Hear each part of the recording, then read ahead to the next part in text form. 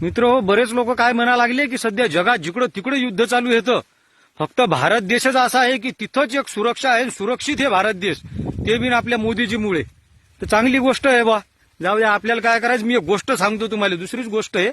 आता हे आमचे वावराचे शेजारी पाजारी आहेत का नाही, तर इकडे जरा चोऱ्यागिऱ्या चोट्टे लोक बरेच आहेत, म्हणून आमच्या सगळ्या शेजाऱ्या पाजाऱ्याजवळ एक एक कुत्र आहे. तर व्हा लागलं काय माहितीये काय, 8-15 दिवसात लोक जे चोट्टे या लागले या शेजाऱ्याच्या वावराहीनं, आणि त्या कुत्र्याले मारा लागले, कोणाचा हात मोड कोणाचा पाय मोड, त्या कुत्र्याले मारा लागले आणि चोऱ्या करून सगळं घेऊन चालली.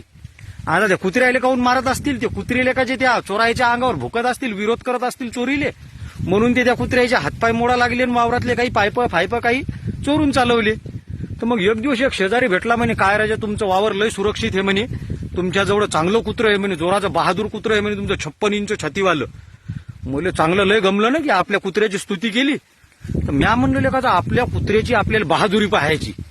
मग एक दिवस काय नाही, मी वावरातच थांबलो आणि लिंबाच्या झाडावर जाऊन बसलो मुकाट्यानंच. म्हणलं आता चोरा आले की आपलं कुत्रं कसं बहादुरीने लढते पाहू. रातचे 12 वाजले मित्र हो, चोरा आले तिकून. चोरा आले की लगेच चोरायचा आवाज ऐकला की लगेच हे कुत्रं गाडीत शपट घालून क्याव क्याव क्याव क्याव करत त्या चोराय पुढे गेलं आणि अशा उलट्या तंगड्या करून त्याच्याकडे गांड करून गोंडा घोळू लागलं. म्हणलं वारे वा, लगेच त्या चोराईनं लगेच 2-3 मटणाचे तुकडे आणले, आतडे फातडे कोंबड्याचे, आणि त्या कुत्र्याला टाकले. कुत्र्यानं मस्त खाल्ले आणि लगेच इकडं आलं वावरात. स्प्रिंकलरचे 2 पाईप असे दातात धरले आणि त्या चोराईजवळ नेऊन दिले. एक तोटी घेतली उचलून त्या चोराईजवळ नेऊन दिली. असा आमचा कुत्रा बहादूर. मी हाप झालो, म्हणलं मग आईले हे असा बहादूर आहे का आपला कुत्रा. म्हणूनच आपल्या वावर सुरक्षित आहे. आपल्या कुत्र्याला कोणी मारा लागलं नाही, आपल्या कुत्र्याचा कोणी हातपाय मोडत नाही, कारण आपला कुत्रा पहिले चोरा आले की त्याच्या पुढे गोंडा घोळा लागला, म्हणून आपण सुरक्षित हो.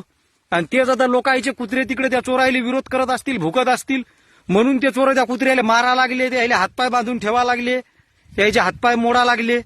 मग असा आहे आमचा कुत्रा, असा बहादूर आहे. काय करावं आता, इलाज नाही. आता मी म्हणतो याले बदलायचं, पण आमच्या घरचे काही येडे आहेत, ते म्हणतात नाही आपला 56 इंच छातीवाला आहे तेव्हाच पाहिजे. आता जाऊ द्या, घ्या ठोकून चांगली, आता काही इलाज नाही त्याले. गोष्ट आवडली असेल तर लाईक करा. जय जवान जय किसान.